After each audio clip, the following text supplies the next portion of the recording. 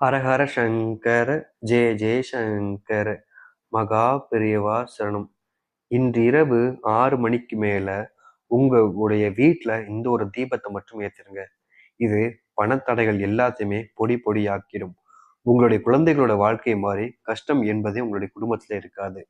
உங்க வீட்டுல செல்வ தடைகள் இருந்துச்சு, இல்ல வேற ஏதாவது தடைகள் இருந்தாலும் சரிங்க, அது எல்லாத்தையுமே பொடி பொடியாக்கி செல்வத்தை உங்க வீட்டுக்குள்ள கொண்டு வந்து சேர்க்கும்.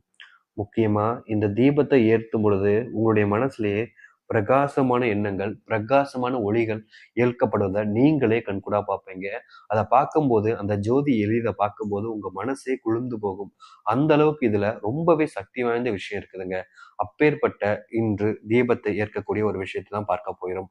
அதாவது இன்று இரவுக்குள் இந்த ஒரு தீபத்தை ஏற்றணுங்கிறது அது இன்றோட முடிஞ்சிடாதுங்க. எந்த ஒரு இரவாக இருந்தாலும் சரிங்க, அந்த இரவு முடிவதற்கு முன்பு 6 மணிக்கு மேல் இந்த ஒரு தீபத்தை ஏத்துங்க. அதாவது மகாலட்சுமி தாயார் வீட்டுக்குள்ள வரக்கூடிய நேரம் 6:30. இந்த 6:30 மணிலிருந்து 7 மணிக்குள்ள நீங்க வீட்டுல தீபத்தை ஏத்துறது மூலியமா தாயாரோட அம்சமும் தாயாரோட ஆசையும் உங்களுக்கு உடனடியாக கிடைக்கும். அப்பேற்பட்ட விஷயத்த நீங்க இன்று செய்ய போறீங்க. முக்கியமா இப்ப நம்ம சொல்லக்கூடிய முறையின்படி நீங்க உங்களுடைய வீட்டுல விளக்கேற்றுறது மூலியமா நினைச்சே பார்க்க முடியாத அளவுக்கு பல மாற்றங்கள் உங்களுடைய வாழ்க்கையில ஏற்பட போகிறது. அப்பேற்பட்ட ரொம்பவே சக்தி வாய்ந்த ஒரு தீபத்தை பற்றி தான் இன்று நாம் பார்க்க போகிறோம். அதற்கு முன்பு நம்முடைய சேனலுக்கு நீங்கள் ஒரு புதிய பார்வையாளர் சேனலை மறக்காம சப்ஸ்கிரைப் பண்ணிக்கோங்க. பக்கத்தில் இருக்கக்கூடிய பெல் ஐக்கானையும் கிளிக் பண்ணிக்கோங்க. அப்பதான் நம்ம போடக்கூடிய எந்த ஒரு தகவலாக இருந்தாலும் சரிங்க, உங்களுக்கு உடனே நோட்டிஃபிகேஷனா வரும். பயனுள்ள விஷயமா அமையும் உங்களுக்கு உடனடியாக. அதாவது நீங்கள் வீடுகளில் முதல்ல இந்த ஒரு தீபத்தை ஏற்றணும். அந்த ஒரு தீபத்தை ஏற்றுவதற்கு முன்பாக உங்களுடைய குடும்பத்தார்கள் அனைவருமே கூட்டுக்கோங்க. உங்களுடைய வீட்டுல யாரு இருந்தாலும் சரிங்க கூட்டுக்கோங்க. ஏன்னா நீங்க இந்த விளக்க இரவு நேரத்துல தான் ஏற்ற போறீங்க. அப்படின்ற போது உங்க வீட்டுல அனைவரும் வேலைக்கு போயிருந்தா கூட வந்திருப்பாங்க. அப்படி வேலைக்கு போயிட்டாங்க இரவு வேலை டியூட்டிக்கு அப்படின்னா, அடுத்து எப்போ அவங்க பகல்ல வீட்டுல இருப்பாங்களோ அந்த நேரத்தை சாயந்தரம், அதாவது 6 மணிக்கு மேல அவங்க வீட்டுல இருக்கக்கூடிய நேரமா பார்த்து இந்த ஒரு விளக்கை ஏத்துங்க. தவறில்லைங்க. குடும்பத்தோடு சேர்ந்து முதல் நாள் ஏற்றும் போது ஏத்திருங்க. அதன் பிறகு நீங்கள் தனியாக ஏற்றினாலும் சரிங்க, அது உங்களுக்கு நல்லதுதான் ஏற்படுத்தும். ஆனால் முதல் முறை ஏற்றும் போது குடும்பத்தார்கள் அனைவருமே இருக்க வேண்டுங்க.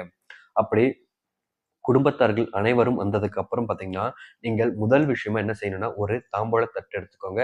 அது செம்பிலான தாம்பாள தட்டா இருக்கணுங்க. நீங்க அலுமினியம், பித்தளை இப்படிப்பட்ட விஷயங்கள் எடுக்காம செம்பிலான தாம்பாள தட்டை எடுத்துக்கோங்க. முக்கியமா செய்ய வேண்டிய விஷயம் என்னன்னா, நீங்கள் அனைவரும் சுத்தபத்தமா குளிச்சிருக்கணும். முக்கியமா பாத்தீங்கன்னா, வீட்டுல தீபம் ஏற்றும் போது இருக்கக்கூடிய விஷயம், அதாவது பூஜை அறை, அதை எடுத்து வீடு, அப்புறம் முன்பு கோலம் போடுவது போன்ற அனைத்து விஷயங்களும் செஞ்சிருக்கணுங்க. அதாவது பூஜை அறையும் வீட்டையும் சுத்தபத்தமா வச்சுக்கோங்க. அதை எடுத்து கோலம் போட்டுக்கோங்க. முன்பு மாட்டுச்சாணத்தை வைத்து பார்த்தீங்கன்னா முத்தம் துடைத்து கோலம் போடணுங்க. இந்த ஒரு முறையை பயன்படுத்திக்கோங்க. அதை எடுத்து உங்களுடைய குடும்பத்தார்கள் நீங்கள் அனைவரும் சுத்தபத்தமா இருங்க. வீட்டுல அசைவ உணவை தவிர்த்திருக்கணும். அதை எடுத்து நீங்கள் செய்ய வேண்டிய ஒரு விஷயம் என்னன்னா, தாம்பூல தட்டு எடுத்துக்கணும். ஆல்ரெடி நம்ம சொன்னதான் தாம்பூல தட்டு எடுத்துக்கோங்க. அந்த தாம்பூல தட்டுல சரியான முறையில் பார்த்தீங்கன்னா 2 பக்கமும் பார்த்தீங்கன்னா நீங்க பூ வைக்கணும். உங்களுடைய வீடுகளில் கிடைக்கக்கூடிய பூ, சாமந்தி பூ இருக்கலாம், அல்லது மல்லிகைப்பூ, எந்த ஒரு பூ இருந்தாலும் சரி, உங்க வீடுகள்ல, உங்க தெருகள்ல, கடைகள்ல கிடைக்கக்கூடிய எந்த ஒரு பூ இருக்கோ அதை கொஞ்சம் வாங்கிட்டு வந்து முன்பக்கம் பின்பக்கம்னு அந்த தட்டுல மேல கீழன்னு வச்சிருங்க. அதை எடுத்து பாத்தீங்கன்னா 4 பக்க மூலத்திலையும் பாத்தீங்கன்னா நீங்க சந்தனத்தையும் குங்குமத்தையும் இட்டணும். அதை எடுத்து 2 வாழைப்பழத்தை நீங்க அந்த தட்டுல வைங்க. அதுவும் ஜோடி வாழைப்பழமா இருக்கணும். தனித்தனியா வாங்கி வைக்க கூடாது. ஜோடியா அந்த ரெட்டை ஜோடி இருக்கும் பாத்தீங்களா, வாழைப்பழம் கிடைக்கும். அதில் ரெட்டை குழந்தை பிறகு சொல்லுவாங்க, 2 ஜோடி வாழைப்பழம். அந்த மாதிரி ஒரு வாழைப்பழத்தை நீங்க வாங்கிக்கணுங்க. அதை வாங்கிக்கிட்டு பாத்தீங்கன்னா ஒரு சின்ன கத்தி எடுத்து நாசில் போல அந்த வாழைப்பழத்தை அப்படியே படுக்க வச்சு அதுக்கு மேல பாத்தீங்கன்னா ஒரு சின்ன கோடு போட்டுக்கோங்க. அதாவது கோடுனா அதை பேத்து எடுத்துக்கிட்டு அந்த பேத்து எடுத்ததுக்குள்ள நீங்க தீபத்தை எரிப்பதற்கான எண்ணெயை ஊத்தணும். அதாவது பாத்தீங்கன்னா சின்ன குழி மாதிரி அதில் பண்ணிக்கோங்க.